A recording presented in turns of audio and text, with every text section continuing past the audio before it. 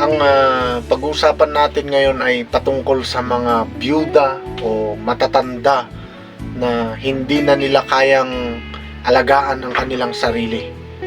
Ito yung gusto kong i-share sa inyo ngayon dahil alam nyo, nung pumunta kami sa Mountain Province, binisita namin yung lola namin. Dito ko nakita na hindi talaga pare-parehas yung nagiging situation ng mga tumatanda. Dahil yung lolo namin noon, kung hindi ako nagkamali, at the age of 76, siya ay namatay. Pero hindi siya yung nagpaalaga sa amin. Hindi siya yung talagang binubuhat-buhat mo, nililinisan mo yung kanyang mga dumi. Hindi. Malakas siya hanggang siya ay namatay. Pero iba ito, yung naging situation ng lola namin ngayon is kailangan niya talaga ng matinding pag-aaruga, yung matinding pag-aalaga talaga, dahil hindi niya kaya yung sarili niya. Kailangan mo siyang buhatin papunta sa CR, kailangan mo siyang ipagluto, kailangan mong i-massage, kailangan mong alalayan sa lahat ng galaw niya.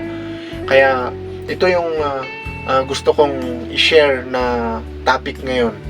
Alam nyo, sa aking mga observation sa paligid ko, ito yung nakita ko. Hindi lahat ng mga tumatanda ay ginugusto nila na sila ay nagpapaalaga kahit na sila ay may matinding nararamdaman.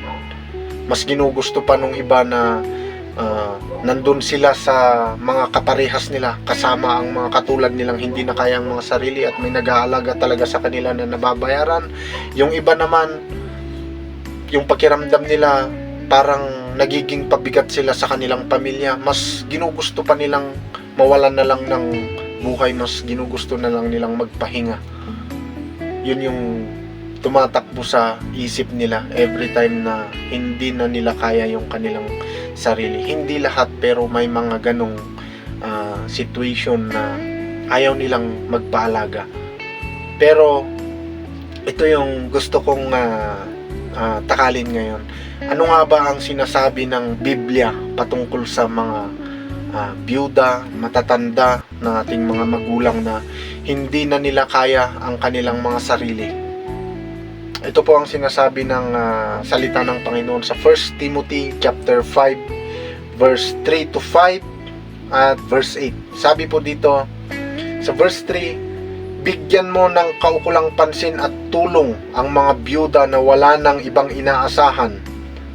Sabi sa verse 4, ngunit kung may mga anak o apo ang isang byuda, sila ang dapat kumalinga sa kanya. Take note, ngunit kung may mga anak o apo ang byuda, sila ang dapat kumalinga sa kanya bilang pagpapakita ng takot nila sa Diyos at bilang pagtanaw ng utang na loob sa magulang nila, sapagkat nakakalugod ito sa Diyos. Sa verse 5, ang byudang nag-iisa na lang sa buhay ay umaasa na lang sa Diyos. Araw-gabi siyang nananalangin at humihingi ng tulong sa Diyos. Yun na lang yung nagiging kalakasan ng mga matatanda. Sa Diyos na lang talaga sila kumakapit. Sabi sa verse 8, ang sinumang hindi kumakalinga sa sariling kamag-anak, lalo na sa sariling pamilya, ay tumatalikod sa pananampalataya at masahol pa sa mga hindi mananampalataya.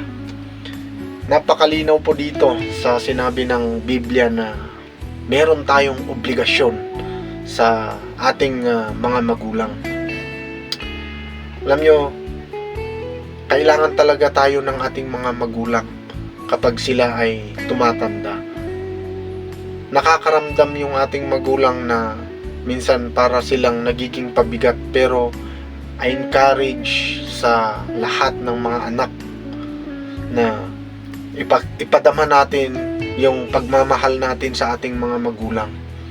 Huwag nating iparamdam sa kanila na sila ay nagiging pabigat, kundi tingnan natin ito na sila po ay blessing po sa atin, hindi po pabigat. Dahil kung wala ang ating mga magulang, wala din po tayo. At alam nyo po, kapag inaaruga po natin ang ating mga magulang, naglilingkod din tayo sa Diyos sa pamamagitan ng paglilingkod natin sa ating mga mahal sa buhay. Kapag pinaglilingkuran natin ang ating mahal sa buhay, inaaruga natin sila, inaalagaan natin sila, lalong-lalo na yung mga magulang natin na hindi na nila kayang alagaan ang kanilang sarili. Ito yung way ng paglilingkod din natin sa Diyos. Kaya I encourage ang bawat isa, ang bawat mga anak na mahalin natin ang ating mga magulang kahit na sila'y uugod-ugod na. Ipadama natin sa kanila yung pagmamahal na pinadama nila nung tayo ay bata pa. Nung tayo ay hindi pa marunong maglakad, ipadama natin sa kanila yung ginagawa nila na binubuhat tayo, tinuturuan tayo maglakad hanggang natuto tayo. Ganon din yung gawin natin sa ating magulang. Huwag nating tingnan na sila ay pabigat, kundi tingnan natin sila bilang isang blessing.